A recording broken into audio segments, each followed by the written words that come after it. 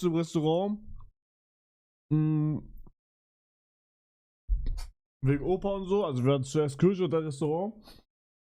Da haben wir da aus Jokes so ein Blatt Papier gefragt, damit wir halt so, also eigentlich ist es ja für Kinder, aber scheiß drauf. Und auf dem Blatt stand Hurensohn irgendwann.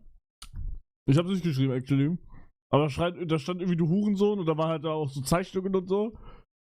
Und da haben wir das irgendwie meinem Cousin gegeben, meinem Kleinen, der 4 Jahre alt ist.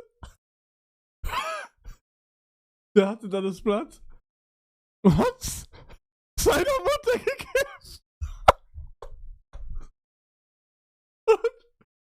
Die dachte, wir haben irgendwie ein persönliches Problem gegen sie oder so.